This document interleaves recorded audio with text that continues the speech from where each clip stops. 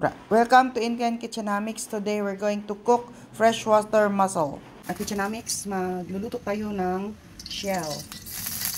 Mussel. Okay, so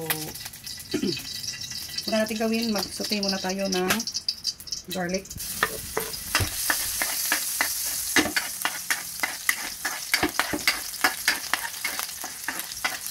Tapos onion.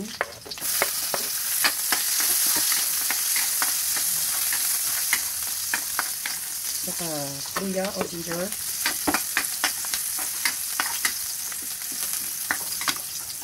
And then, igdagdag na natin yung tomatoes o yung kamatis.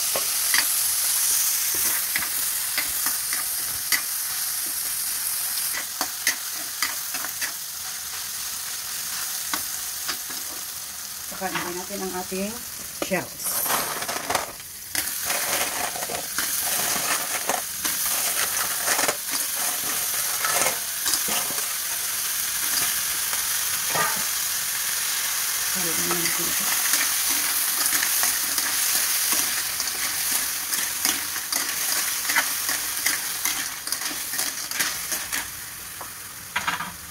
Maglagay kayo ng toyo, puting toyo lang, mga 1 tablespoon, saka 1 tablespoon din ng more liquid seasoning.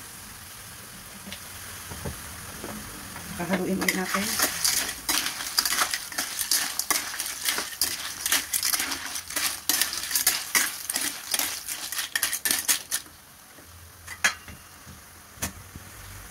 Maglagay tayo ng tubig. Mga 2 kasang tubig.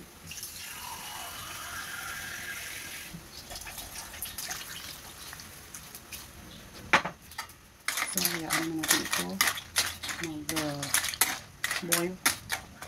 Hayaan natin kumulo. So, hintayin natin na kumulo ng todo itong ating shell. O, tingnan nyo, bumubuka yung shell natin, no? Ang sarap. Parang diwal. Yan. Maglagay muna tayo ng asin. Mga 1 teaspoon na asin ko. Kasi naglagay na tayo ng toyo. So, ayan, kumukulo na ang ating shells.